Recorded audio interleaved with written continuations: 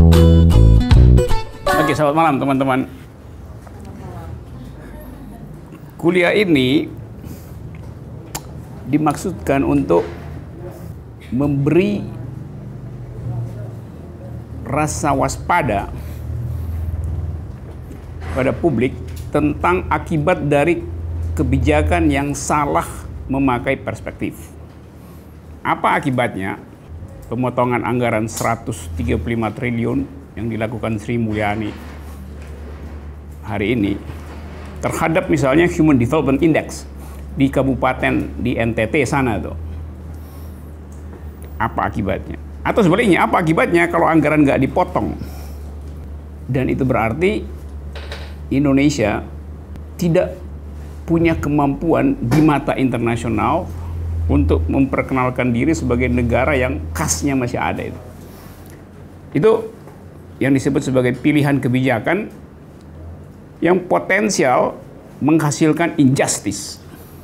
Jadi kita rancang kuliah ini untuk satu hal. Pertama adalah memeriksa apakah kebijakan publik hari ini telah didasarkan pada jenis keadilan yang selama ini disembunyikan oleh susunan teori mainstream.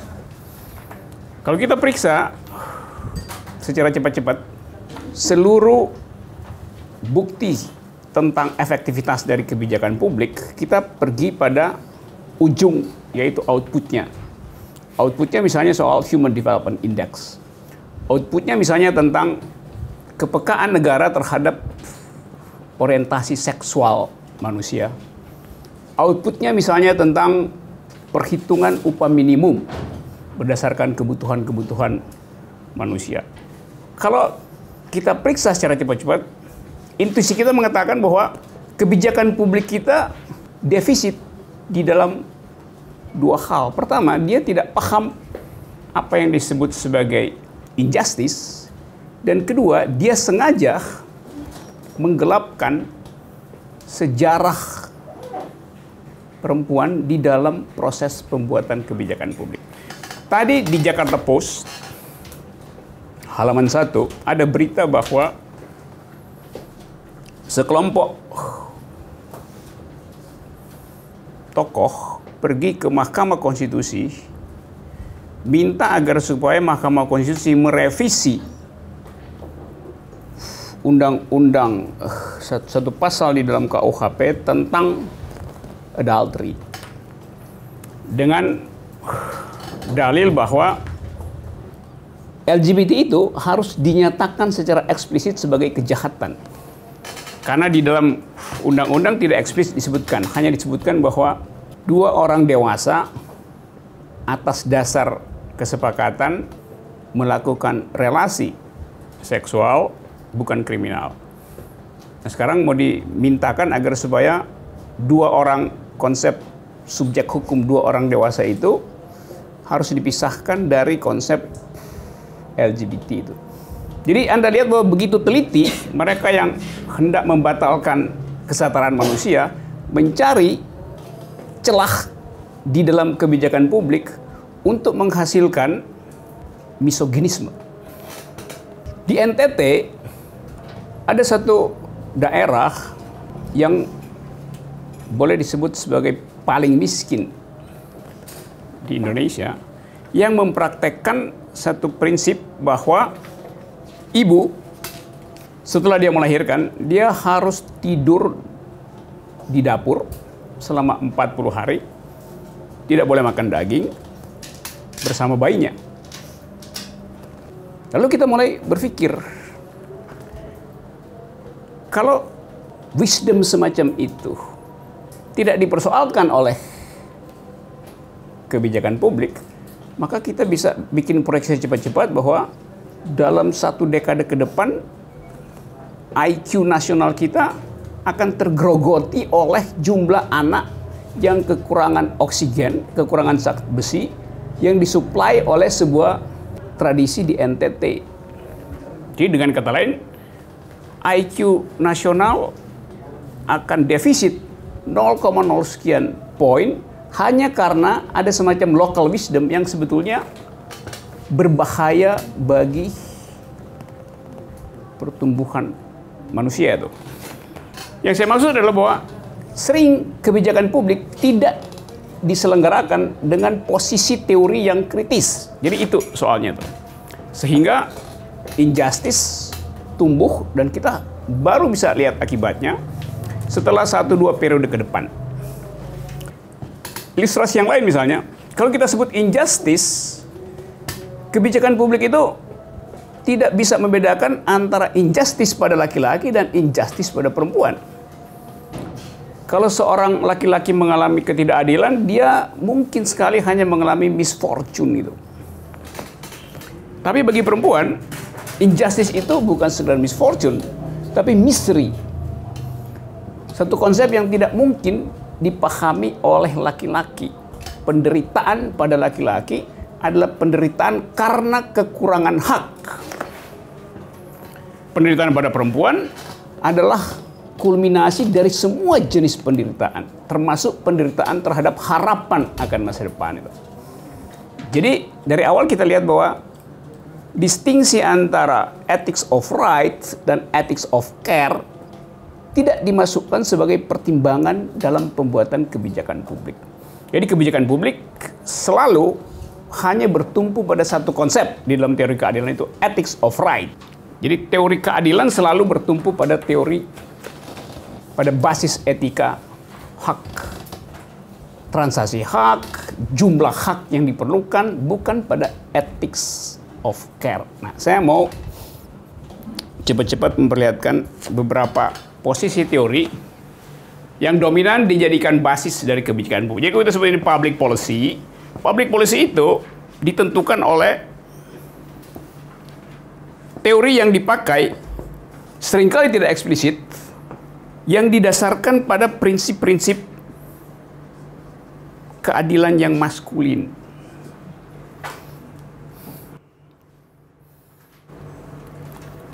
Prinsip-prinsip itu bisa kita temukan di dalam 2 gugus teori filosofi. Yang pertama disebut sebagai pendekatan utilitarianism.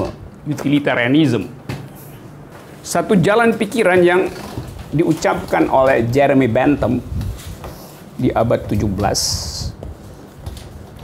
untuk memperlihatkan bahwa kebahagiaan itu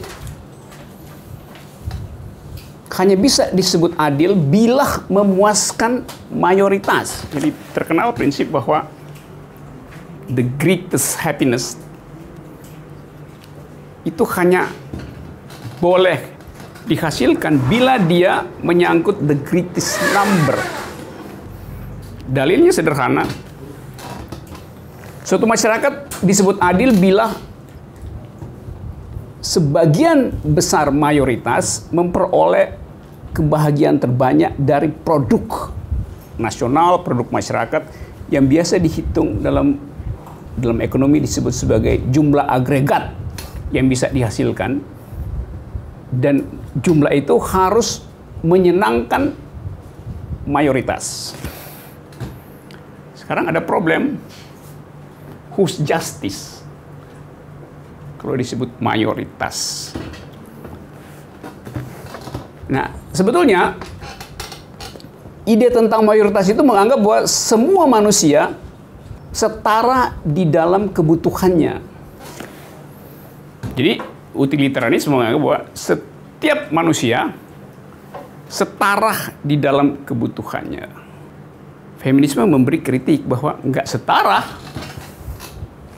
Dulu misalnya zaman Orde Baru, ukuran untuk menghitung utility manusia agar supaya bisa dibuatkan formula tentang kebutuhan pokok, bunyinya adalah kebutuhan manusia itu diukur berdasarkan kebutuhan laki-laki. Karena itu duit rokok dimasukkan sebagai kebutuhan pokok pada waktu itu. Sementara pembalut perempuan tidak dianggap sebagai kebutuhan pokok. Jadi gaji dipakai berdasarkan kebutuhan fisik laki-laki. Karena dianggap buruh selalu adalah laki-laki. Jadi dari awal kita lihat ada bias di dalam teori keadilan, dan bias itu menyelundup ke dalam public policy itu. Tapi sebetulnya prinsip di dalam utilitarianism itu cukup egaliter pada waktu itu. Karena pada waktu itu keadilan itu hanya ditentukan oleh belas kasihan seorang aristokrat. Atau hanya ditentukan oleh hukum yang diatur di dalam teologi. Kita ingat itu abad-abad 16. Hak itu tidak ada. Hak itu hanya ada pada raja, pada seorang feodal, atau pada para pendeta. Jadi kita kalau hidup pada waktu itu nggak bisa menuntut hak, karena asal-usul hak itu tidak sekuler. Nah, Jeremy Bentham menganggap bahwa ini nggak bisa kalau hak itu diandalkan pada sesuatu yang tidak berdasarkan transaksi manusia. Oleh karena itu dia putar argumentasi bahwa hak keadilan harus berasal dari masyarakat sendiri, tidak boleh nunggu semacam izin dari gereja atau belas kasihan dari seorang aristokrat. Jadi pada waktu itu kita anggap terobosan utilitarianisme menghasilkan kesetaraan, sebab akhirnya orang tidak lagi tergantung pada relasi personal dengan tuannya, juga tidak tergantung pada soleh tidaknya dia di hadapan paus atau romo di Eropa.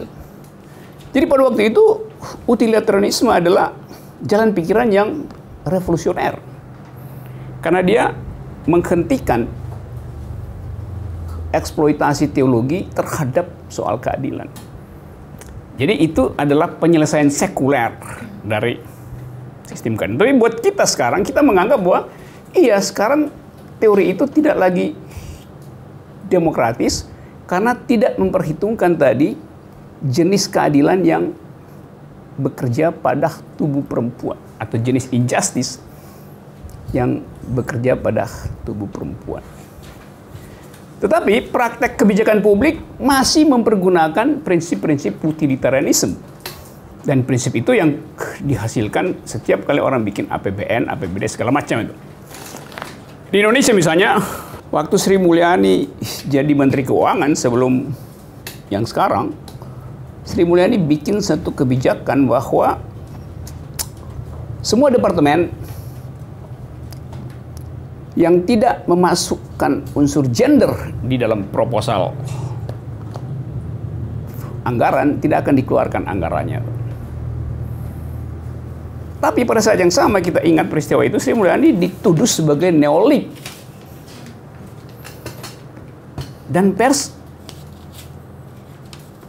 semacam terbius dengan tuduhan itu karena ada sentimen ideologi. Jadi begitu disebut neolib, maka seluruh orang merasa bahwa itu adalah kejahatan kapitalis.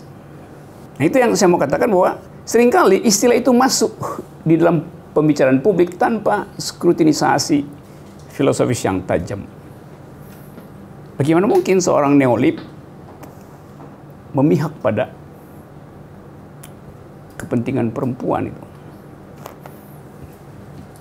Itu sekedar ilustrasi betapa dunia akademis kita filter kritisnya itu lumpuh, sehingga pembicaraan tentang kebijakan publik lebih diisi oleh retorika dibanding dengan logik, dengan logika. Itu soalnya. Jadi kelas ini dimaksudkan untuk memperlihatkan bahaya dari konsumsi teori yang tidak discrutinize berdasarkan logik dan critical discourse itu. Jadi kita boleh sebut bahwa utilitarianisme mengandalkan jumlah keadilan, bukan kualitas keadilan, tapi jumlah keadilan itu. Gugus teori yang kedua yang mendominasi pembuatan kebijakan publik dikenal di dalam konsep libertarianism.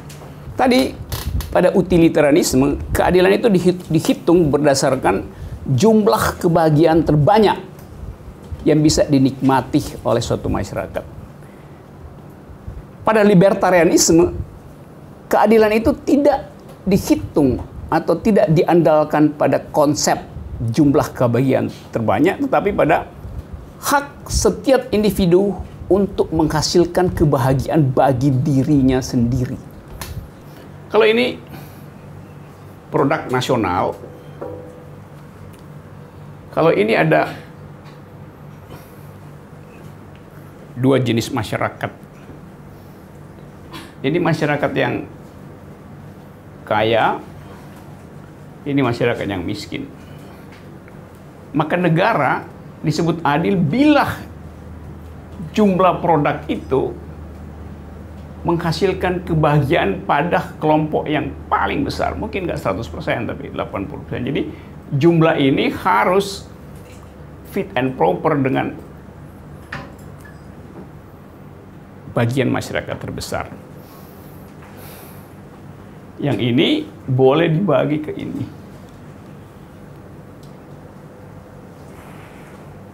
Melalui apa misalnya? Melalui sistem pajak. Ini jalan pikiran utilitarianisme. Jalan pikiran ini ditentang oleh prinsip libertarianisme karena bagi orang yang menganut paham libertarian, setiap orang punya preferensi sendiri tentang kebahagiaan. Jadi tidak mungkin kebahagiaan itu diakumulasi dan dihitung secara agregatif gitu. Setiap orang punya preferensi tentang kebahagiaan. Misalnya orang yang lagi nongkrong di samping 7-Eleven di depan, mungkin dia lebih berbahagia dari mereka yang lalu lalang di jalan Ragunan itu dengan mobil mewah, tapi mengalami frustrasi karena macet itu. Jadi kita nggak bisa judge bahwa yang di dalam mobil ber-AC lebih bahagia daripada yang lagi nongkrong ngelamun di pinggir jalan. Itu adalah preferensinya. Sekarang dalam bentuk tadi ini. Ini negara,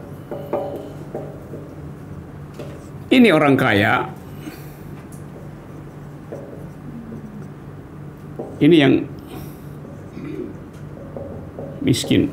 Sorry, kaya mesti agak gede.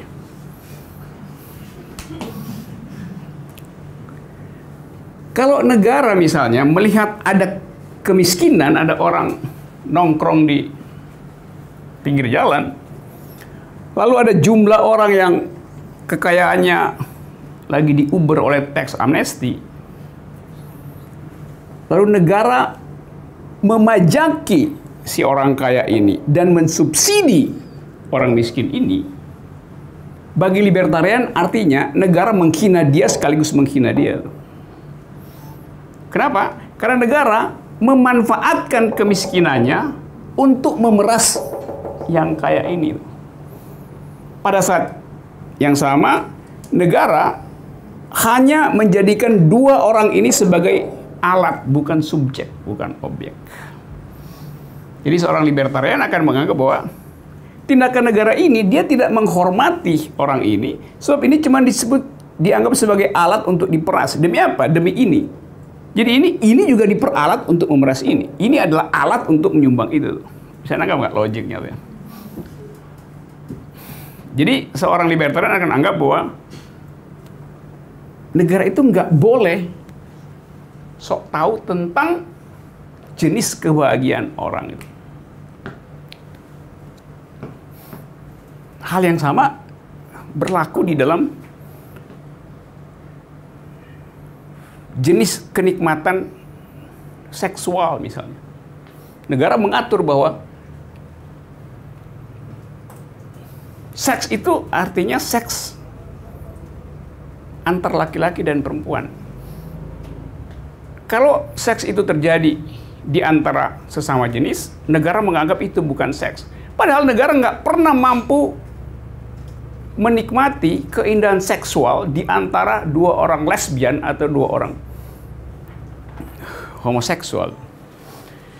Karena negara cuma tahu satu etik, yaitu etik heterogen. bahwa sensasi berciuman itu lebih nikmat di antara dua lidah yang sejenis misalnya, negara nggak punya pengetahuan tentang itu. Tapi negara sudah tahu. Kira-kira begitu gambarannya. Jadi ada utilitarianism, ada libertarianism di dalam spektrum teori keadilan. Saya kasih yang intinya aja kan. Ada banyak teori tentang justice, tentang komunitarianisme, egaliter. Tapi yang kira-kira bisa kita pakai malam ini supaya lebih ringkas untuk berdiskusi tentang akibat dari penggunaan teori yang keliru terhadap kebijakan publik. Sekedar untuk name dropping supaya kita sedikit punya sense sejarah. Ini biasa disebut sebagai gugus teori yang dihasilkan oleh para pengikut Jeremy Bentham. Ini gugus teori yang dihasilkan oleh cara berpikir Immanuel Kant. Nanti saya terangin sedikit ya. Dalam prinsip Immanuel Kant, manusia itu adalah subjek yang utuh. Jadi dia harus dihormati, kita harus respect dia, termasuk kalau dia memilih untuk miskin, termasuk kalau dia memilih untuk dianggap outlaw gitu. Karena kita hormati. Jadi kita nggak boleh taruh moral kita pada orang lain. Itu dasar pikiran dari Immanuel Kant itu. Jeremy Bentham ini orang yang konsisten di dalam teori dia menganggap bahwa setiap manusia harus menghasilkan utility bagi orang lain. Dan karena itu waktu Jeremy Bentham wafat, dia bikin legasi, surat warisan bahwa tubuhnya itu harus berguna bagi semua orang. Karena itu tubuhnya dia serahkan untuk dibongkar, diambil mana yang masih bagus, supaya ada utility bagi orang lain. Jadi isi organ-organ utamanya dikeluarin, lalu tubuhnya itu diawetkan dan dipajang. Kalau Anda ke Inggris, di University College, ya itu saya nggak tahu sekarang masih ada di situ. Di depan pintu masuk itu ada kaca kayak box telepon, di situ ditaruhlah jenazah Jeremy Bentham. Jadi dari tahun udah 200 tahun ditaruh di situ. Dan University College itu adalah semacam upaya Bentham untuk mempraktekkan teorinya, karena pada waktu itu Universitas London University itu didominasi oleh orang kaya aja. Karena itu dia bikin universitas untuk menandingi itu, bahwa kaum yang tersingkir harus punya akses pada sekolah. Jadi Anda lihat pada waktu itu dia sangat revolusioner. Sekarang kita kasih kritik bahwa dia tidak, walaupun kritik ini anakronis, tapi para follower dari Bentham masih mempergunakan konsep itu, padahal konsep itu cacat di dalam soal apresiasi terhadap perbedaan konsumsi fisik maupun psikis dari masyarakat tadi. Orientasi seksual, jenis kebahagiaan, macam-macam itu. Oke ya, saya dapat 2 poin. Jadi kita bisa katakan bahwa feminisme adalah reaksi teoritis terhadap mainstream theory of justice. Nah, saya mesti terangkan lebih dahulu supaya kita nggak salah membayangkan bahwa seringkali juga istilah gender dan istilah feminisme itu tidak kompatibel. Kalau kita bilang gender equality, bisa itu terjadi karena praktek utilitarian. Jadi yang didistribusikan adalah kebutuhan sosial manusia, sehingga udah ada gender equality, tetapi tidak ada pemutusan hubungan ideologis dengan patriarkisme. Jadi patriarkisme masih bisa bekerja di dalam fasilitas gender equality karena ada kesalahan perspektif. Di dalam gender equality orang ingin menyetarakan hak melalui kebijakan. Pada feminisme kritiknya bukan sekedar kesetaraan hak, tetapi perubahan logik di dalam policy itu. Jadi feminisme lebih tajam sebetulnya karena dia ingin agar supaya seluruh jenis patriarki berakhir. Karena itu dalil filosofinya lebih radikal dibandingkan gender equality itu. Nah, kita di Indonesia misalnya masih pada tahap gender equality itu. Sementara di luar sana teorisasi tentang keadilan sudah masuk sampai pada psikologi bahasa itu. Feminisme akan menganggap bahwa cara kita menerangkan seperti ini itu udah cara patriarkis karena bahasa yang dipakai adalah bahasa patriarkis gitu. Logik, structure, sistematis. Sehingga bagi feminis ya sebetulnya hasil maksimalnya adalah kesetaraan gender, bukan perubahan struktur patriarki. Jadi patriarki masih bisa bersembunyi di dalam gender equality itu. Jadi kalau kita bikin resume, public policy kita ditentukan oleh kira-kira dua ide besar itu, utilitarianism atau libertarianism. Kalau saya bikin baganya kira-kira, ekstrim dari teori keadilan ada yang utilitarianism,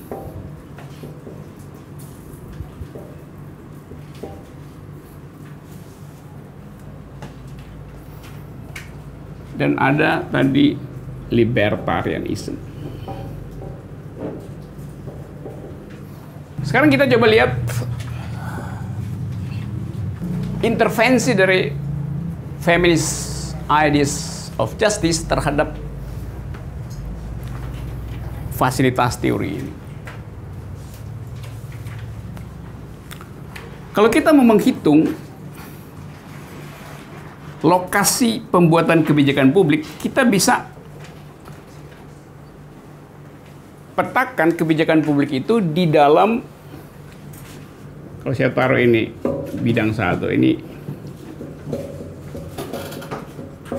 ini bidang Cartesian 1, 2, 3, 4. Kita bisa hitung seberapa banyak utilitarian beroperasi di dalam wilayah rights dan seberapa banyak beroperasi dalam wilayah care atau ethics of care dan ethics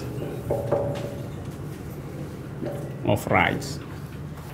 Saya katakan tadi ethics of rights dasarnya adalah tuntutan terhadap sesuatu yang sudah tersedia gitu. Ethics of care adalah upaya untuk memperlihatkan bahwa injustice itu konkret, bukan sekedar perjuangan hak, tapi perjuangan perubahan sosial masyarakat. Nah, sebelum ke situ saya pergi pada pembedaan tentang mengapa teori keadilan gagal mendeteksi jenis ketidakadilan yang berbeda pada perempuan dan laki-laki. Kalau seorang perempuan mengalami injustice, maka injustice itu dia alami dengan seluruh pengalaman ketubuhannya. Laki-laki tidak mengalami jenis pengalaman injustice yang menyangkut seluruh ketubuhannya. Laki-laki mengalami injustice karena tadi saya katakan kekurangan hak. Jadi defisit pada hak adalah injustice. Tapi pada perempuan, injustice itu menyangkut eksistensi dirinya, menyangkut seluruh eksistensi dirinya. Kalau misalnya harga daging itu mahal, bagi laki-laki menganggap ya udah tunggu aja harganya turun itu. Tapi bagi si perempuan, harga daging mahal itu sekaligus membuat dia cemas terhadap masa depan anaknya tuh. atau keluarganya secara keseluruhan tuh. Jadi bukan sekedar teori harga yang perlu diuji, dan itu hanya soal buka keran import masuk lagi, tapi kecemasan si ibu, si perempuan melihat anaknya atau mengetahui anaknya akan kekurangan protein 1 tahun ke depan itu. Nah, pikiran itu tidak ada pada laki-laki.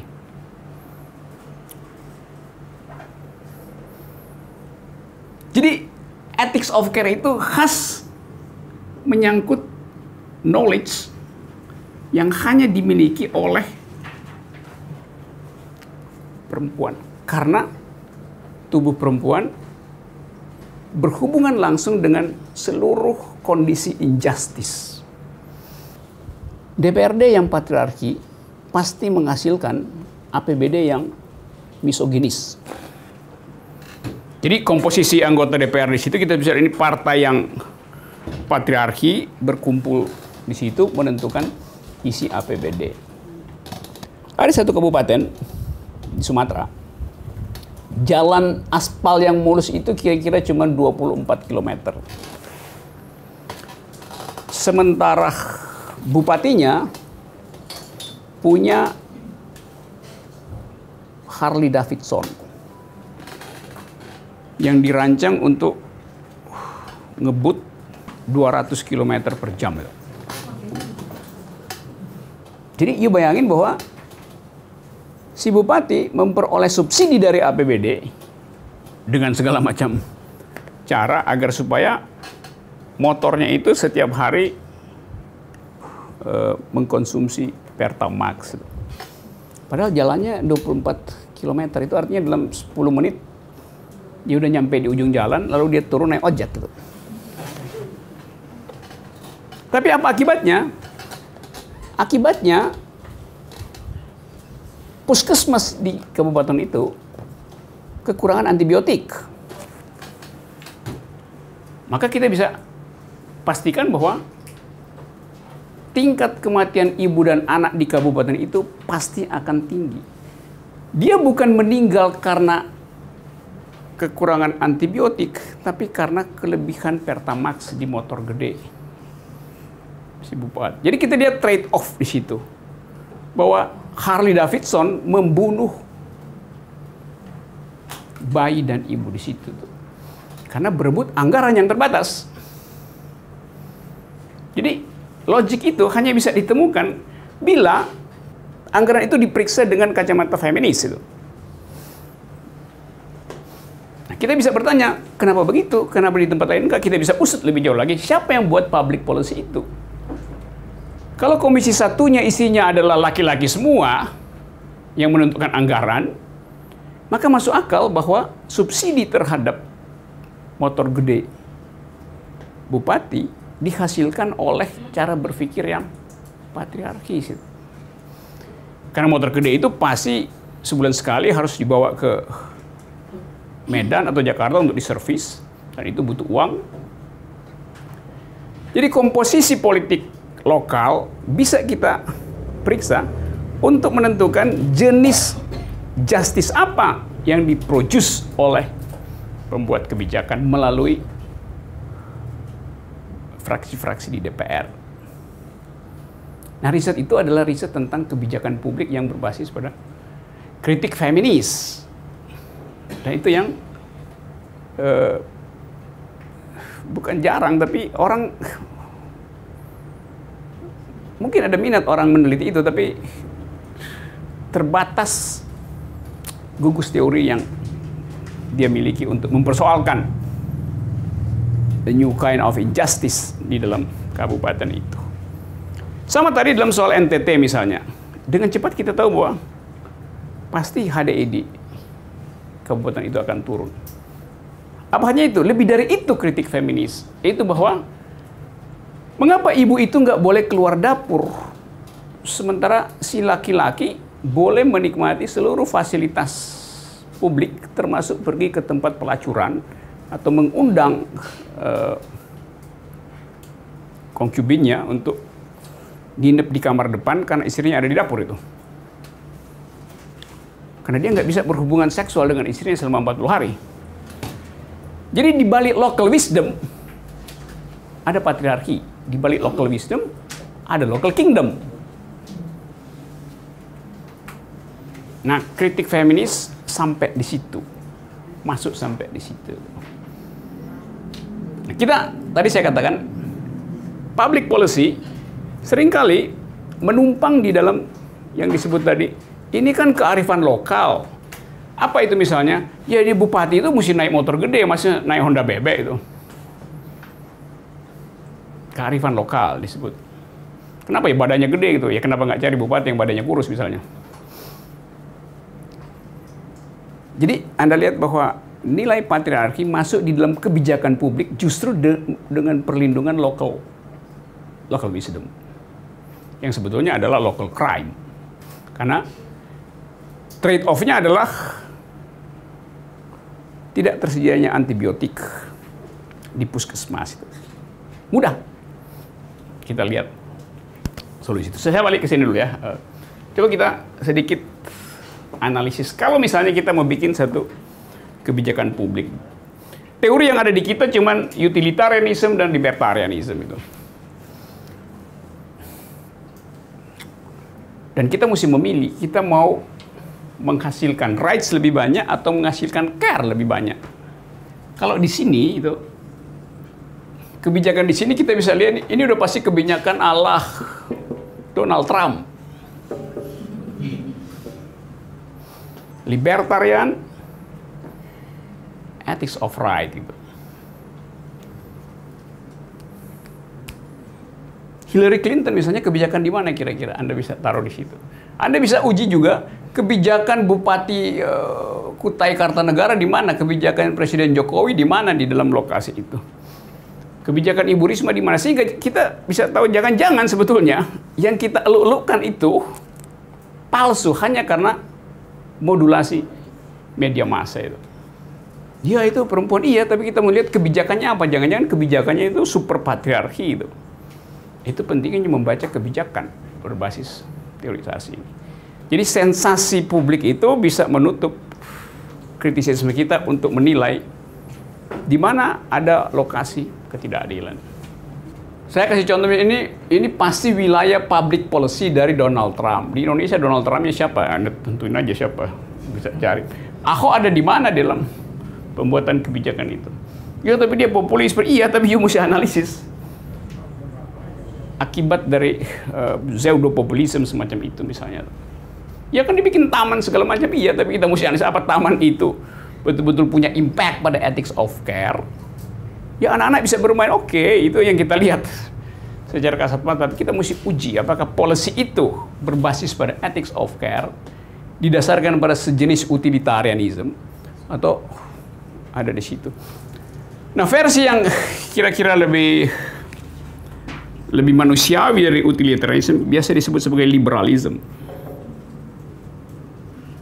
Nah kita selalu salah atau mencampur aduk antara libertarian dan liberalism. Kalau Anda ada di Amerika, Anda bilang I am liberal, artinya Anda kiri. Kalau Anda ada di Eropa, liberal artinya kanan itu. Liberal artinya pro partai konservatif bila ada di Eropa. Karena partai kiri adalah partai buruh di Eropa. Tapi di Amerika, partai Republik itu adalah yang partai konservatif, yang anti pajak itu golongan libertarian, sementara Partai Demokrat itu golongan liberal.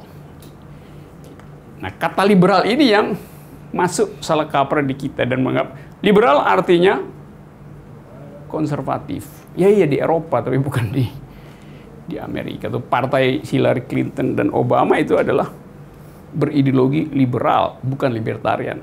Karena masih ada unsur untuk memperhatikan social justice. Donald Trump nggak mau pengusaha itu dipajaki. Karena itu artinya tadi menghina usaha individual. Oke, saya balik ke sini dulu ya dengan pengertian ini. Jadi ini lebih sosialistis, itu lebih individualistis. Yang ini soal rights, yang sana soal care gitu. Justice bisa ada di sini, bisa ada di sini, dengan argumen masing-masing. Anda ada di sini, atau Anda ada di sini misalnya. Anda ada di sini tapi pacar Anda ada di sini tuh. Berkelahi nggak kira-kira? Terkait dengan tadi bagaimana menempatkan teori feminis sebagai teori kritik atas ini gitu. Saya pikir juga tidak semata-mata teori feminis itu satu hal yang kemudian memang mempertajam. Tetapi misalnya kita ketika melihat relasi, kita juga tidak bisa melihat relasi ketergantungan itu hanya antara jenis kelamin begitu. Karena kemudian ketika kita memandang state kan bicaranya nggak di situ saja. Ada beragam relasi kuasa utara selatan dan segala macam yang itu dengan teori feminis itu semakin membuat layer-layernya jadi semakin tajam gitu kan untuk konteks perempuan.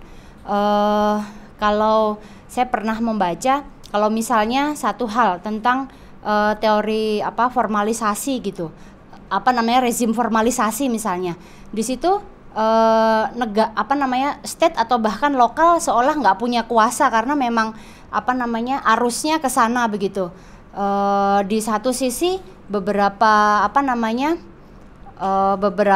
kawan-kawan yang perempuan misalnya memandang yaitu satu hal untuk melegitimate bahwa perempuan punya hak atas akses begitu kan, atas aset, dan itu harus diformalkan sehingga itu bisa digunakan dalam relasi-relasi yang formal dalam konteks relasi ekonomi begitu. Tapi di sisi lain pandangan itu ketika digunakan teori kritik feminis itu menghilangkan perempuan karena dalam rezim formalitas atau formalisasi itu perempuan menjadi invisible kan, karena dalam relasi-relasi misalnya aset, rumah, tanah dan segala macam itu banyak hukum yang memang tidak melihat perempuan di situ, dan praktiknya juga memang perempuan dikalahkan dalam situasi-situasi ketika tanah ini harus atas nama siapa,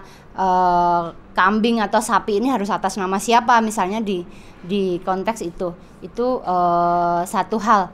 Jadi saya pikir bagaimana mengenali yang invisible ini menjadi satu hal yang sangat penting. Saya nggak tahu kalau secara teori kacamatanya menggunakan apa gitu.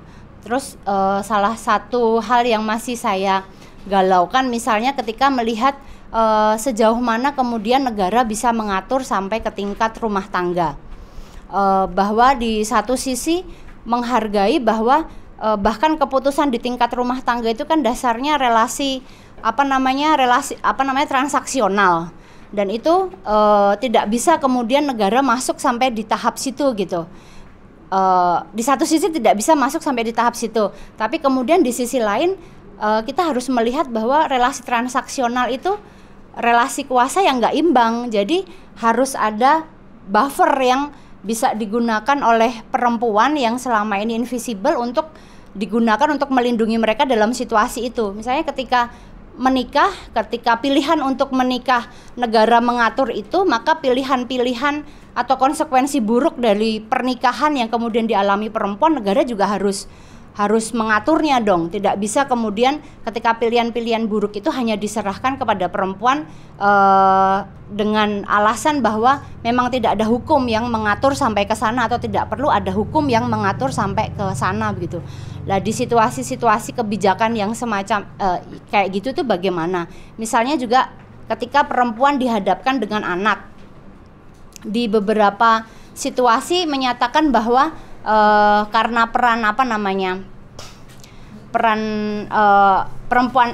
peran reproduksi yang selalu dilekatkan pada perempuan, seolah-olah tanggung jawab anak dan segala macam tumbuh kembangnya itu kan dilekatkan pada perempuan. Tetapi terkadang dalam kebijakan-kebijakan itu kan selalu merekatkan ketika gizi pasti kebijakannya dihubungkannya dengan ibu, pasti dihubungkannya dengan kader-kader posyandu dan segala macam, soalnya nggak bergerak dari kotak itu. Tetapi kemudian si ibu, si perempuan ini tidak dilihat atau tidak dikenali pilihan-pilihan bebasnya. Apakah kemudian ketika demi kepentingan terbaik untuk anak, lalu kepentingan saya sebagai perempuan menjadi hilang di situ gitu. Itu kan jadi bagaimana terus menempatkan di apa namanya di antara dua teori besar ini gitu. Itu aja sih. Kasih.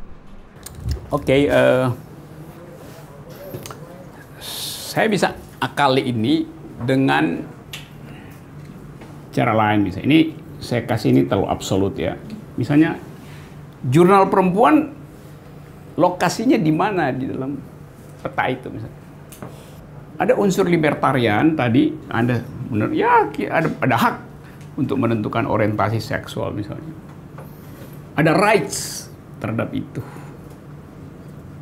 Tapi care juga diperlukan. Jadi misalnya saya ambil risiko untuk mengatakan jurnal perempuan itu ada di sini nih, ada libertariannya, ada rights-nya, tapi ada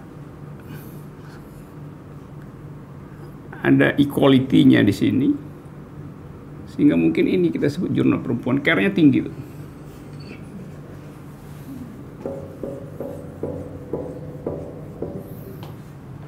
Secara keseluruhan. Tapi kalau isinya lebih spesifik, misalnya soal orientasi seksual, mungkin seseorang itu ideologinya ada di sini nih, libertariannya tinggi sekali, karena dia nggak mau ikut pada pseudo majoritarianism, dan care-nya tinggi, jadi mungkin segini dia.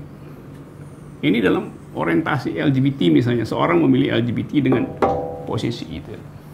Maka ada irisan antara jurnal perempuan dan jadi nggak mungkin dia satu klaster tadi itu. Jadi ada irisan. Dalam isu misalnya soal legalisasi aborsi misalnya, ada rights di situ. Mungkin di sini dia rights-nya gede itu.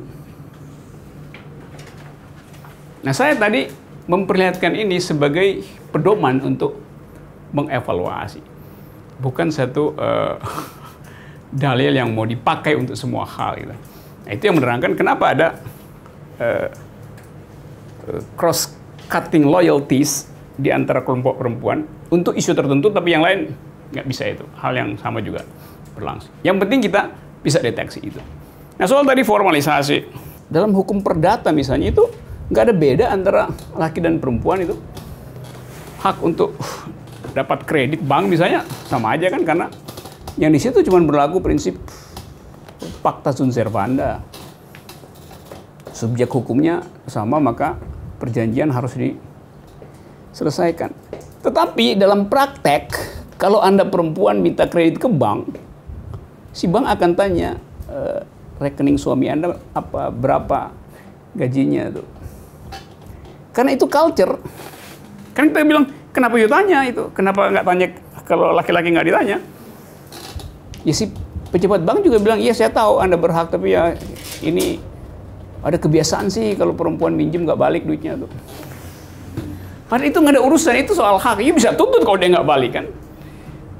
Tetapi local wisdom itu mengatakan begitu, padahal sama haknya tuh. 80% dari produk pertanian Afrika itu dihasilkan oleh perempuan. Tetapi hak kepemilikan terhadap lahan di Afrika itu hanya 14% di tangan perempuan. Jauh disparitasnya. Nah, itu saya katakan tadi bahwa tacit knowledge, ada knowledge yang bersembunyi yang mengeksploitasi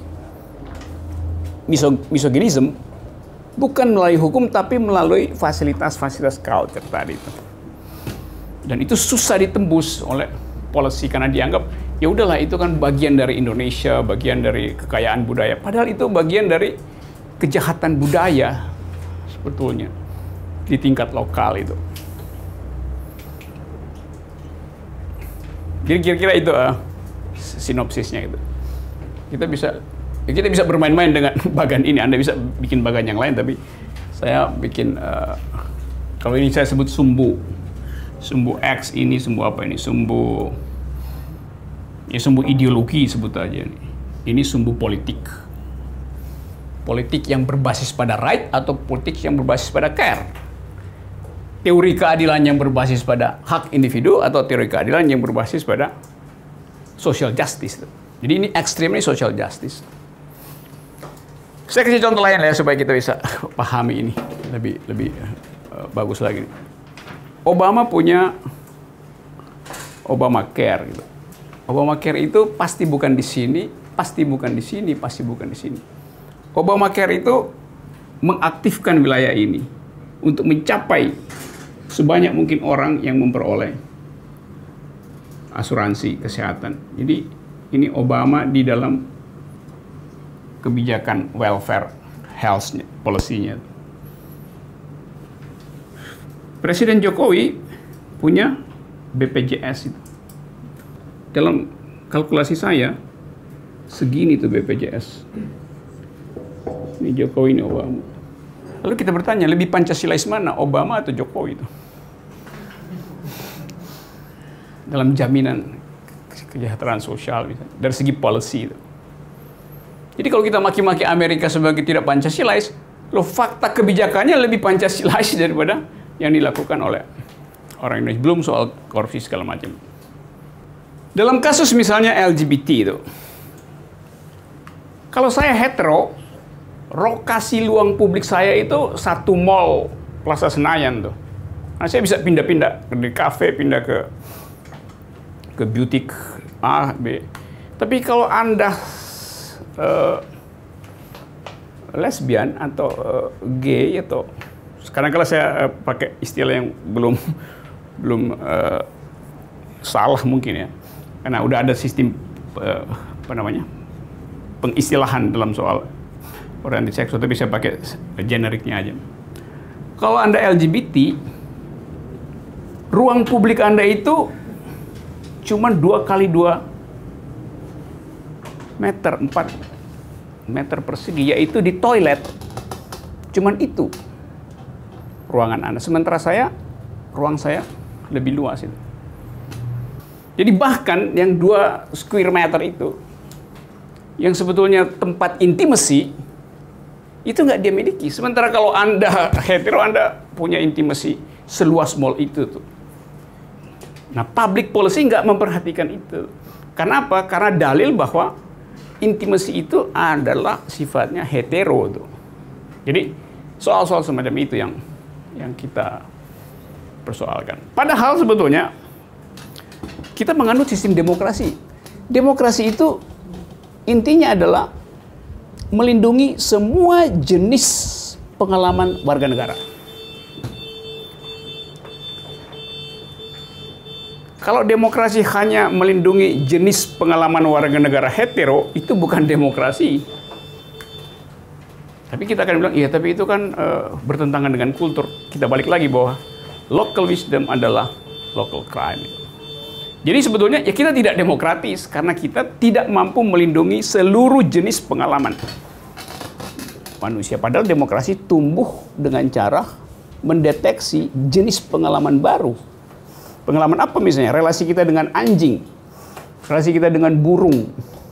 Yang dulu dianggap bahwa ya itu jenis pengalaman yang lain. Iya, tapi kalau Anda di Amerika di tempatnya gadis, anjing itu harus didaftarkan dalam kartu keluarga. Kalau di Inggris, burung itu adalah properti dari Ratu Inggris. Jadi Anda akan kena crime kalau nyambit burung. Dan sekarang di Perancis ada debat, apakah pets itu akan dimasukkan sebagai citizen, sehingga konsep citizen berubah itu. Bahwa citizen bukan cuma manusia, tapi juga binatang. So do you speak environmental ethics, do you speak animal liberation, dan seterusnya. Jadi ethics evolve, tetapi demokrasi kemudian seolah-olah ditawan, dipenjarakan oleh local culture. Nah itu keajaiban di dalam masyarakat kita hari ini. Jadi misoginisme justru diproduksi makin tinggi, sementara indeks demokrasi dianggap makin baik. Nah itu juga catatan kita kan, bahwa BPS sekarang bikin indeks demokrasi. Tetapi yang diukur bukan civil liberties di situ. Kebebasan untuk menikmati intimasi tidak dianggap sebagai bagian dari demokrasi. Jadi agak ajaib bahwa indeks demokrasi kita membaik misalnya, tetapi civil liberties memburuk karena tadi misoginisme itu diproduksi terus-menerus. Nah, kita bisa kasih kritik bahwa cara mengukur indeks demokrasi juga keliru karena tidak memasukkan ethics of care dari pengalaman perempuan itu, dari perspektif feminis. Semua indeks bisa dipersoalkan dengan cara itu. Oke, ada yang lain? Kapan kita menentukan boundary antara kita menghormati cultural nuances itu dan di mana si cultural nuances melanggar hak asasi? Jadi sebagai misalkan ketika dari kacamata antropologis, di mana kita bisa menentukan sebuah tradisi atau sebuah ritual adalah sesuatu yang sebetulnya harus dihilangkan dari si tradisi, tapi di mana kita harus kayak step back and just appreciate it. Coba kita lihat kasus Bali. Debat tentang reklamasi itu. Saya pro pada perjuangan anti reklamasi. I am an environmentalist. Tapi kadangkala kita tidak konsisten itu. Sebab dalil yang diucapkan di situ adalah itu hak masyarakat adat pantai itu. Berarti sangat antroposentris cara berpikirnya. Itu posesif. Masyarakat adat berhak terhadap Teluk Benoa gitu. Terus kalau saya investor, saya akan bilang, saya juga berhak atas Teluk Benoa. Tapi Anda bukan manusia. Iya, tapi saya manusia sama seperti Anda. Saya bisa buktikan bahwa saya bisa menghasilkan utility dari teluk itu lebih besar dari Anda itu. Tapi kalau kita ucapin itu bullying itu akan tiba secepat Anda nge-tweet itu. Jadi kita mengiyakan eksklusivisme itu atas dasar bahwa itu dari awal dimiliki oleh masyarakat adat. Jadi konsep tetap adalah properti. Teluk itu adalah properti dari masyarakat adat. Kemudian diakses dengan teologi ke dalamnya. Tapi konsepnya tetap sama, properti kan? Lalu kalau ada seorang yang mau investasi di situ dan menjadikan dia properti, kenapa nggak boleh itu? Dari logika nggak jujur analisis itu. Kalau kita mau jujur, kita akan bilang bahwa saya adalah legal standing dari teluk itu. Karena itu bukan kepentingan saya yang saya perjuangkan, tapi kepentingan teluk untuk memiliki lekuk. Kepentingan dari karang untuk memiliki ikan. Itu kita nggak dengar diskursus itu. Padahal kalau dalil itu diucapkan, kita mesti bilang kepentingan alam mendahului kepentingan manusia. Kenapa? Ya alamnya itu lebih dulu ada daripada orang Bali di situ. Kan kita semua pendatang di bumi. Tapi kalau dibilang origin, nggak ada yang origin di situ. Sama seperti klaim misalnya suku aborigin di Australia bahwa Australia milik mereka. Saya kira itu juga antroposentris. Aborigin dimiliki oleh benua Amerika. Orang Bali dimiliki oleh peninsula Bali. Orang Batak dimiliki oleh Danau Toba. Bukan sebaliknya itu. Tapi konsistensi itu bisa menimbulkan huru-hara. Karena kemarahan lebih cepat diproduksi daripada kecerdasan. Kecuali dia mau jujur bahwa ya saya sebetulnya bukan environmentalist. Tapi kalau bilang saya environmentalist, maka etiknya adalah alam menulis hukumnya sendiri. Dan kita nggak boleh intervensi hukum itu. Segitu logiknya. Dalam soal tadi, silahkan debatkan itu di dalam satu forum. Dan itu pasti menimbulkan semacam no easy choice itu. Di dalam teori komunitarianism, identity itu hanya ada sejauh dia dihasilkan oleh kesepakatan community itu. Jadi kita lihat strukturnya atau kondisi antropologinya bagaimana. Kalau sistem sosial di situ komunitarian, maka dari awal rights itu tidak ada pada individu itu. Jadi identitas hanya ada sejauh dihasilkan oleh komunitas. Yang jadi masalah adalah Kalau begitu, itu artinya tidak mungkin ada perubahan di dalam masyarakat. Nah, karena itu ada intervensi dari teori keadilan bahwa walaupun ethics community itu dominan, tetapi dia tidak boleh membatalkan keinginan individu untuk keluar dari sistem ethics itu. Nah, itu yang saya katakan tadi, kadang-kala kita gugup dan gagap untuk mengajukan dalil itu. Padahal kalau dalil itu diajukan, kebebasan tercipta dan si individu merasa bahwa saya sebetulnya direklamasi dari ethics of community yang basisnya adalah patriarki. Bisa nggak terjadi? Itu bisa aja. Kalau misalnya bupatinya atau tokohnya di situ habis ikut mata kuliah di sini dan dia merasa bahwa saya mau bikin perubahan dan mengambil risiko dengan itu. Nah, kalau dia nggak mau ambil risiko, artinya dia menyumbang lebih banyak pada praktek misoginis di dalam masyarakat itu. Kalau ada seseorang di situ datang dengan keterangan, kalau saya beri keterangan di situ mungkin, atau Anda ada di situ, Anda diusir oleh masyarakat NTT itu kan. Ini orang asing segala macam. Tapi bayangin kalau ada anak NTT sendiri datang ke situ dan menerjemahkan temuan dari UNICEF misalnya dalam bahasa lokal.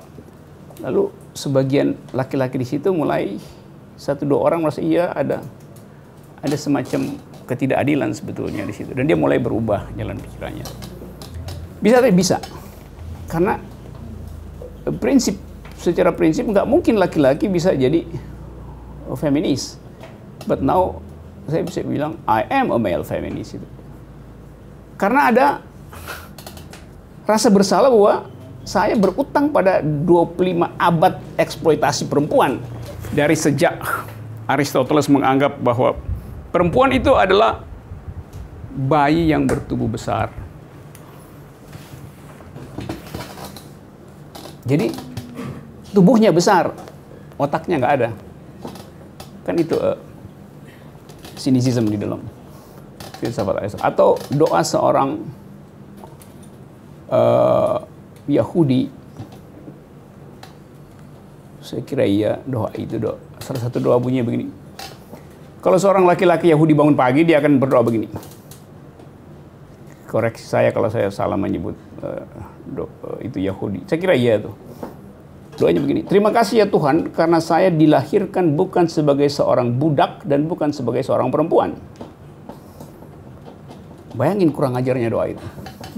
Tapi itu doa yang dilindungi oleh tradisi. Tapi kita bisa anggap ya itu doa oke pada waktu itu. Tapi masa doanya masih begitu setelah 25 abad? Demikian banyak verses dalam kitab suci yang melakukan hal itu. Karena perempuan itu dibentuk dari rusuk Adam, maka perempuan itu sekunder terhadap Adam itu. Kenapa interpretasi itu yang mesti dipakai? Kenapa kita nggak balik interpretasi bahwa iya, perempuan itu dibuat dari tulang rusuk Adam. Tulang rusuk Adam itu isinya adalah kalsium, protein, zat besi. Sementara Adam dibuat dari lumpur. Apa bukan lebih bagus perempuan daripada Adam itu? Kan, tapi orang takut kasih interpretasi itu hanya karena tadi strukturisasi dari local wisdom atau theological point of view. Nah, itu soal lain, itu soal kegembiraan kita untuk menikmati bertahannya antropologi patriarki, atau kita ingin beri intervensi itu dengan kekuatan argumentasi. Tentu ke pejabat publik kita pakai ini, tapi kalau kita ketemu tokoh, nah kadang-kala kita bisa katakan, oh iya itu bagus pada waktu itu wisdom itu, tapi sekarang wisdom itu dipakai Anda untuk collect benefit economics dari kedudukan dia sebagai kepala adat itu, karena semua akan nyetor ke situ tuh, atau sebagai tokoh agama di daerah. Nah, seringkali kepentingan ekonomi sebetulnya ada di balik dalil komunitarian, local wisdom, etc. Gitu, ada yang lain? Sebagai orang yang bekerja untuk isu LGBT, merasa bahwa ini sangat relevan. Misalnya ketika berbicara tentang gender equality, sudah otomatis ya, misalnya gerakan perempuan itu akan terfokus kepada laki-laki dan perempuan. Lupa bahwa ketika berbicara tentang keadilan gender itu juga lapisannya cukup banyak, termasuk kepada kelompok-kelompok dengan gender yang di luar laki-laki dan perempuan. Nah, kalau dibilang bahwa misoginis itu diproduksi terus-menerus, saya juga berpikir bahwa LGBT fobia itu juga diproduksi terus-menerus ya. Dengan konteks yang berbeda. Misalnya kemarin tadi sore saya membaca survei yang Jakarta Post tentang benci mana sih kalian ini, lebih kepada komunis, terus kepada LGBT, satunya lagi saya lupa apa, dan semua orang sepakat mengatakan LGBT. Dari situ kita ngelihat bahwa orang komunis juga bisa benci LGBT. Orang yang beda, yang kelompok-kelompok dengan agama, kelompok keyakinan yang agamanya terpinggirkan juga bisa benci LGBT.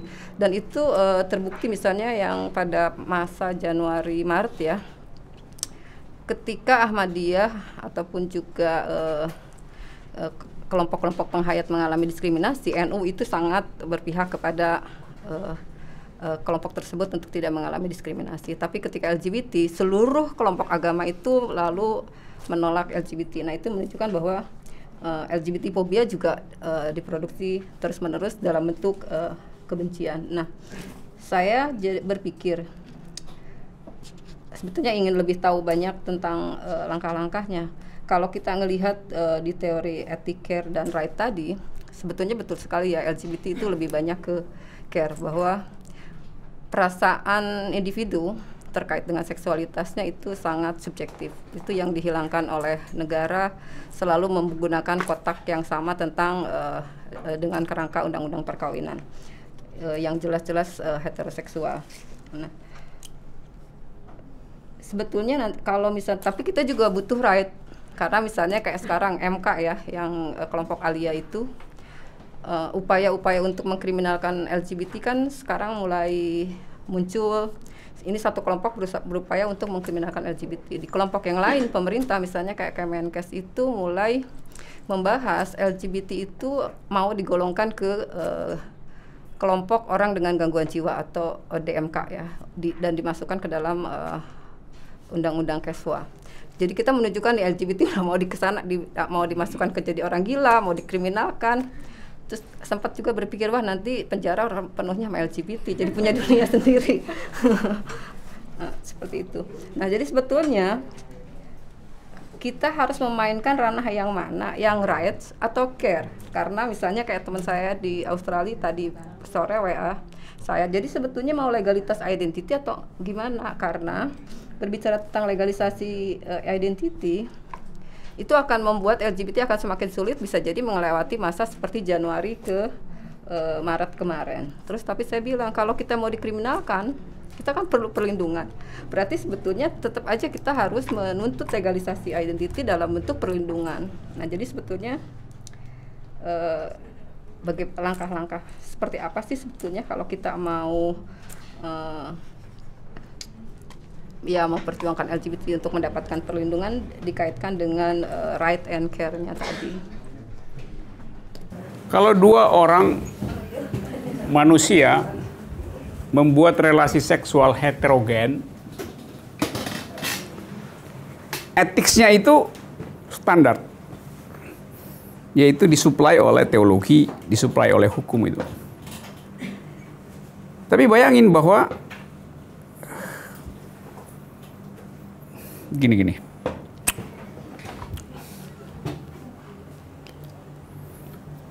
Kita menganggap kalau lesbian misalnya itu adalah relasi antara seorang perempuan dengan seorang perempuan. Negara anggapnya begitu. Tapi kalau kita bedah, perempuan ini yang kita sebut perempuan, dia ada di dalam konstruksi relasi dengan laki-laki itu. Jadi perempuan hanya disebut perempuan kalau ada relasi dengan laki-laki itu. Jadi perempuan dan perempuan ini mesti dirumuskan sebagai a new kind of ethics itu. Karena sentuhan sensasi seksualnya nggak bisa dibandingkan dengan sensasi laki-laki itu. Dua lidah yang bergelut, saling tukar liur, laki-laki dan perempuan lain dengan perempuan dan perempuan. Yang berikutnya, jenis tanggung jawab yang dihasilkan oleh relasi lesbian beda dengan jenis tanggung jawab yang dihasilkan oleh relasi hetero.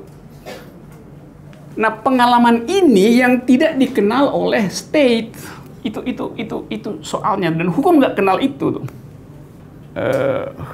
Sulitnya di situ. Jadi sensasi LGBT itu dianggap sebagai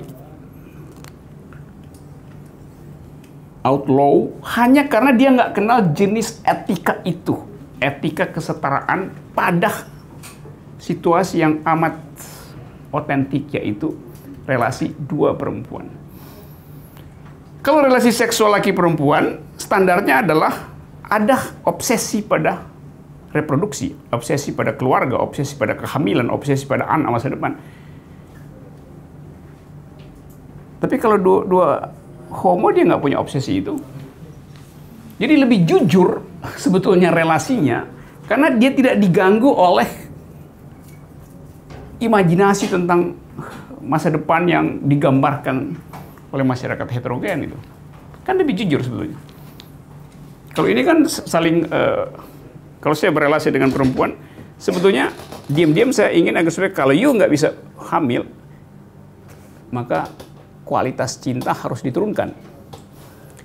Makin lama diturunkan agar supaya bubar.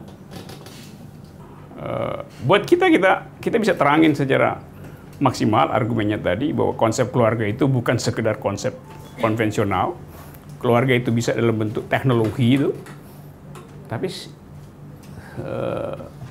mencicil argumen itu bukan sekedar memerlukan kecerdasan teoritik, tapi siksak politik gitu. Itu apa namanya, lobby, dan di dunia kan kelengkapan teorisasi feminis tentang LGBT itu sempurna. Tetapi lobby untuk memaksimalkan implikasi dari pengetahuan itu sering ragu-ragu dilakukan oleh politisi itu. Karena kalkulasi pragmatik itu. Dari segi teori ya, yang kita pelajari mungkin bahkan surplus pengetahuan tentang apa sih konsep keluarga abad 22 itu. Separuh dari konsep keluarga itu adalah isinya teknologi induced family. Bahwa resepsionis di Jepang sekarang adalah robot. Jadi kan yang kita bicarakan tadi adalah kalau dalam teori keadilan kan distributive paradigm, ya. Jadi distributive paradigm ini dalam teori keadilan, apakah distribusinya adil secara material, gitu ya, income-nya, lalu resource-nya, menurut kaum liberal itu harus adil, gitu kan, semuanya harus adil. Lalu terus kemudian kalau tadi Rocky mengatakan Walser, ternyata yang disebut adil itu bukan hanya income-nya, bukan hanya material goods-nya, tetapi social justice-nya gitu. Lalu Rocky mengatakan ini antara pilihan rights dan care. Yang sampai situ benar.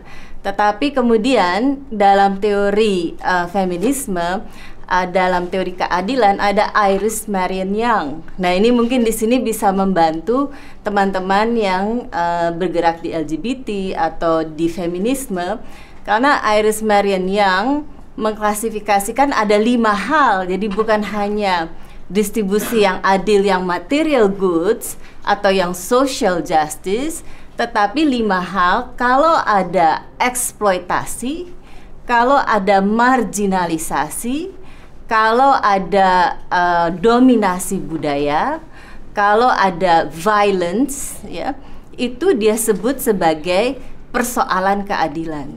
Nah, jadi feminisme bergerak di dalam ranah teori keadilan Iris Marion Young. menurut saya gitu.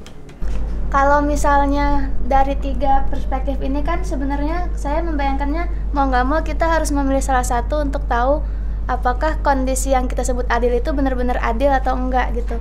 Bukan yang overlap bisa kita, oh menurut perspektif utilitarian ini cukup adil gitu.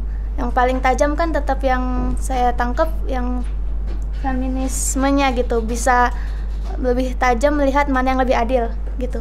Jadi ketika suatu kondisi dianggap adil oleh perspektif feminis, artinya kita mencapai keadilan yang benar-benar adil gitu. Tadi Gadis terangin soal kondisi impartiality dari relasi itu dan dihitung berdasarkan skema deprivasi mulai dari rasa sakit sampai rasa tidak berharga. Ada skala dibikin semacam, tapi saya nggak terangin itu sebetulnya karena saya mau konsentrasi di sini supaya kita dapat paradigmnya itu ya. Detailnya ada di situ, komposisi teorinya tuh.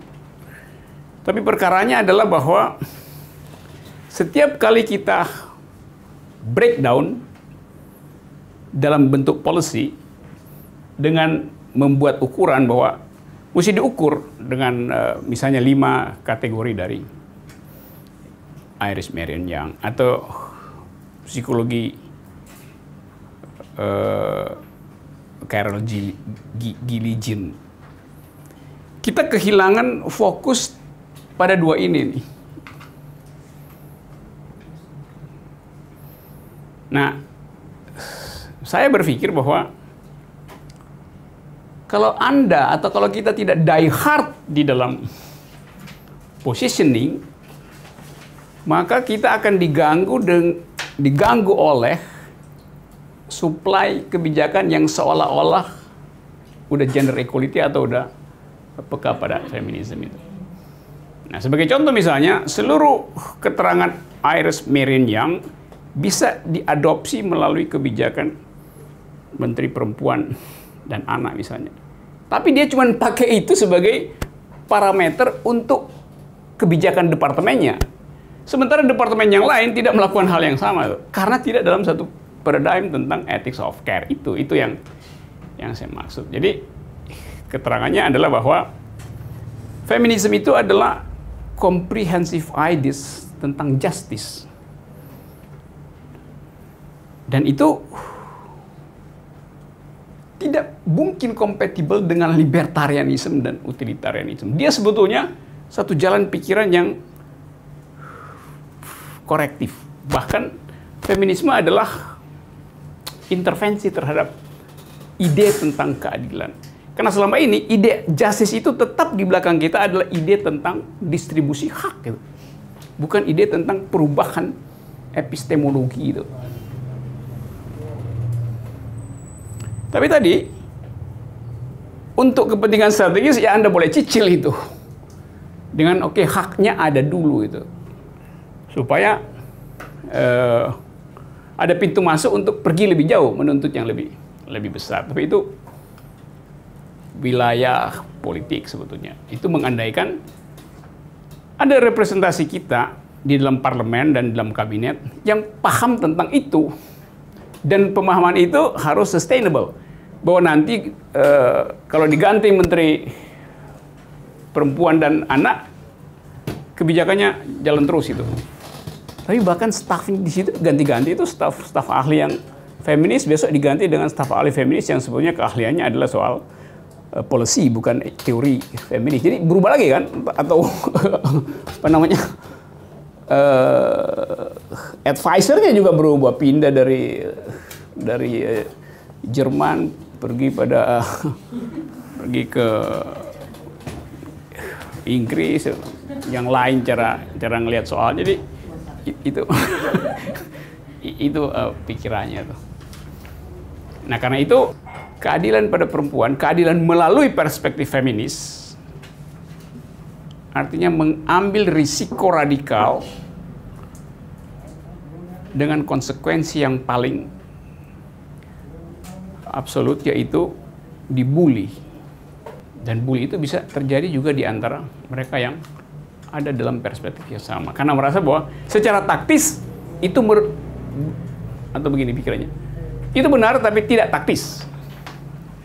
Nah, problemnya adalah kalau kita mau memelihara jalan pikiran itu, berarti seluruh sistem yang akan kita rubah dengan satu jalan pikiran harus betul-betul datang dari genealogi pikiran yang sama. Jadi taktis di sini, taktis juga di sana, taktis di Departemen Keuangan juga harus taktis di, dan itu artinya menyebarkan agen yang banyak, dan itu adalah pekerjaan politik. Anda tidak memenangkan gagasan itu hanya karena Menteri Sosial tiba-tiba menyodorkan policy yang seolah-olah peka pada gender. Tapi begitu balik pada doktrin agama, dia balik jadi konservatif itu. Kan nggak ada gunanya tuh. Jadi kita dibuat bergembira sesaat, tapi sebetulnya itu sogokan untuk menghentikan aktivitas radikal dari feminist point of view. Itu yang selalu kita harus asumsikan bahwa mereka yang tidak final mengambil perspektif feminis akan bermain di dalam wilayah yang pragmatis. Tinggal dipilih, mau layani pragmatisme itu atau ambil posisi radikal. Jadi itu kompleks ya, bukan hal yang bisa kita selesaikan dengan satu kuliah. Tapi saya mau sekedar memberitahu tentang celah yang sangat sempit untuk menghasilkan keadilan dengan fasilitas ethics of care ala feminisme. Ya, Mbak. Ini kan membantu untuk kita memetakan sebenarnya suatu kebijakan itu sebenarnya posisinya dia berdasarkan teori keadilan yang mana dan etiknya berdasarkan apa, sehingga keadilan itu dihasilkan. Setelah kita tahu positioningnya di mana, bagaimana kita tahu itu kebijakannya adil atau tidak? Positioning mana yang itu menunjukkan itu kebijakannya menuju ke keadilan yang ultimate gitu ya, dan mana yang masih jauh dari konsep keadilan. Seperti itu. Dan yang kedua, saat kita tahu itu dan bagaimana kita bisa menggerakkan itu ya, karena kebijakan itu kan suatu political process juga, suatu pertarungan narasi seperti tadi LGBT mungkin secara pengetahuan negara belum tahu, ini kan suatu pertarungan narasi, pertarungan framing of knowledge juga. Nah itu saat kita tahu di mana positioningnya dan pertanyaan pertama tadi, kebijakan itu adil atau tidak, dan kedua bagaimana menggeser itu menjadi lebih adil itu ya. Pertanyaan itu mengandaikan asumsi bahwa civil society itu crystal clear dalam soal beginian. Kan itu soalnya, kan itu saya sebut tadi, bagan idealnya begini nih. Kalau kita anggap bahwa ini harus dihasilkan, ini misalnya posisi jurnal perempuan, ada libertarian di situ, ada rights di situ, tapi liberalnya agak besar dan ethics of care-nya lebih besar. Kondisi di sini, saya ulangi ya, kondisi ini dihormati nggak oleh sebutnya stakeholder feminis Jakarta itu. Walaupun diterangkan secara agak, atau bukan sekedar agak, dengan sangat jernih. Misalnya, ini ada feminis juga, tapi dia dari sini, dari lokasi ini pergi ke partai politik, terus jadi penasihat gender di situ tuh. Kita senang. Tetapi dia tidak bisa menghasilkan output karena struktur dari partai itu adalah feodal. Maka yang terjadi adalah dia cicil kesepakatan atau wisdom di sini ke situ.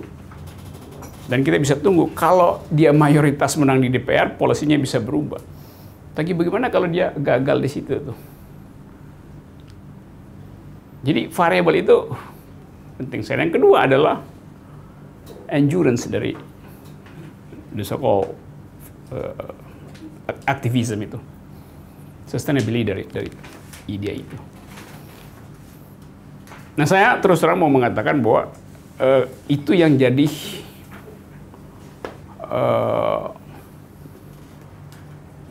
window of vulnerability dari gerakan perempuan di sini.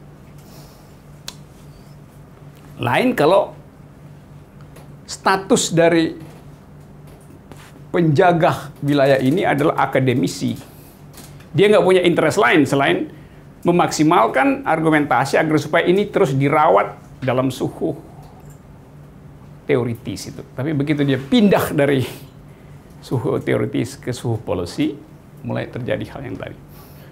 Ilustrasi cepat-cepat misalnya begini. Ini gini ya, ini bayangkan kita di sini ada di lokasi ini, besok 20% dari kita pergi ke partai politik. Oke, bagus sebetulnya karena kita ekspor pikiran melalui fasilitas publik yang namanya partai politik. Diam-diam kita ingin agar supaya 20 orang itu sebetulnya alumni dari kafe membentuk kaukus perempuan di parlemen itu. Artinya, kan ini asumsi kita diam-diam kan, bikin kaukus perempuan. Kaukus itu isunya cuma soal LGBT, equality, dan seterusnya. Nah, kaukus itu mestinya lepas dari tutorisasi partai, karena itu dia bikin kaukus itu. Tapi yang terjadi bukan begitu. Pengertian kaukus di sini adalah minta restu dari partai. Ya, partainya patriarki, nggak mungkin Anda minta restu pada partai patriarki kan? Kan itu problemnya. Yang dari dulu terjadi. Setiap kali kita bikin pelatihan, yang datang adalah mengatakan kita kaukus perempuan. Iya, tapi Anda masih bagian dari fraksi. Nggak mungkin. Padahal dia diberi kemewahan untuk mengucapkan kami kaukus. Apa artinya? Artinya dia nggak paham apa itu kaukus. Bahwa kaukus itu dihormati justru karena ada isu spesifik di mana masing-masing partai punya pengertian yang sama tentang isu itu. Ini dia mau rapat kaukus, tunggu ya, saya tanya dulu sama ketua fraksi, boleh nggak ikut? Ya ngapain nanya ketua fraksi kalau Anda anggota dari kaukus itu? Bukan kaukus, Pak. Ya? Paguyuban. Iya, semacam arisan kan, arisan isu itu, bukan. Jadi itu hambatannya, karena itu saya mengerti soal itu. Lalu kita ngomel, nggak ngerti dia udah ikut pelatihan. Ya bukan dia nggak ngerti. Dari awal sebetulnya kita nggak disiplin di dalam menegakkan panji-panji feminisme. Tapi itu soal yang ya ada di semua kelompok. Tapi tentu kita nggak pesimis. Begitu tahu bahwa oke, nggak ada soal, yang penting ada akses ke situ untuk ya bikin seminar pakai banner feminis, paling nggak diganggu. Tapi begitu menteri Menko-nya diganti oleh tokoh dari partai yang patriarki, nggak bakal lagi istilah feminis diizinkan muncul di forum seminar tuh. Setiap kali kita periksa misalnya di tempatnya Menteri Perempuan, siapa sekarang staf ahlinya tuh? Ya tergantung interest si Menteri Perempuan. Bukan staf ahli yang menetap di situ sebagai think tank, tapi staf ahli yang melekat pada ideologi si menteri, dan menteri itu tidak dipilih berdasarkan akses dia pada pengetahuan perempuan, tapi berdasarkan pertimbangan komposisi lokal dari presiden. Kenapa mesti dari Papua? Ya karena Papua nggak ada representasi. Jadi bukan representasi kepentingan perempuan, tapi kepentingan geografi sebetulnya tuh. Tapi mesti dicari yang perempuan tuh. Jadi nggak clear cut sistem rekrutmen atau meritokrasi dalam demokrasi kita tuh. Itu. Terus, oh udah, yang penting dikasih kesempatan 2 tahun tuh, nanti di reshuffle ganti lagi dari daerah lain gitu. Jadi kebijakan itu tidak menghasilkan sustainability dari radical ideas of feminism. Gitu kira-kira problemnya. Itu problem real ya, bukan problem teoritik gitu. Hal yang nggak mungkin ada di negara-negara yang beradab gitu, yang udah mapan dan menganggap bahwa dalil partai liberal, dalil partai demokrat nggak akan berubah siapapun presidennya. Kok di sini dalil Presiden Jokowi itu setiap 2 menit berubah. Seluruh proposal nawacita itu adalah kiri, sekarang kebijakannya adalah kanan gitu. Dan semua orang diam, tutup mulut. Kenapa? Karena sama, nggak punya stok pengetahuan yang cukup tentang apa yang disebut conflicting claims dalam pembuatan kebijakan publik. Separuh dari orang yang ada di istana malam ini adalah alumnus dan alumna dari civil society yang belajar hak asasi manusia.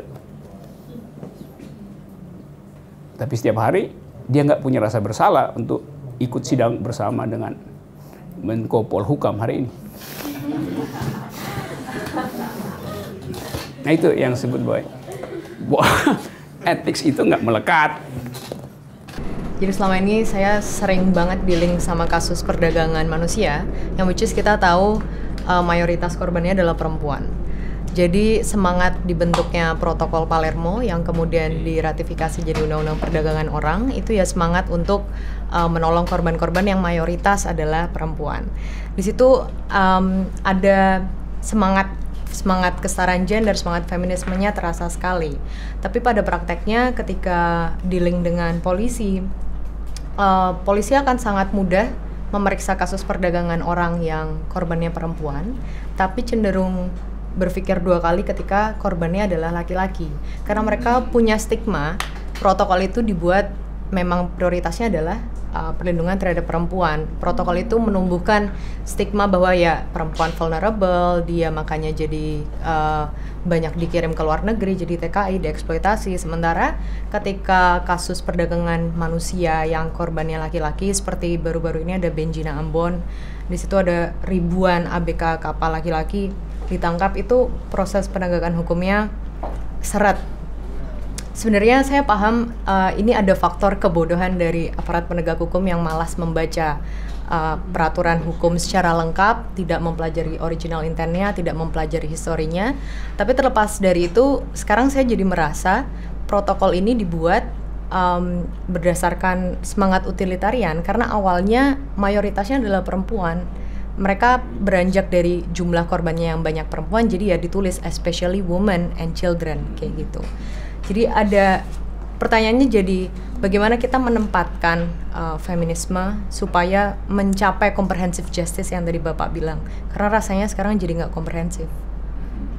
Ya secara ide kita bisa pastikan comprehensive justice-nya.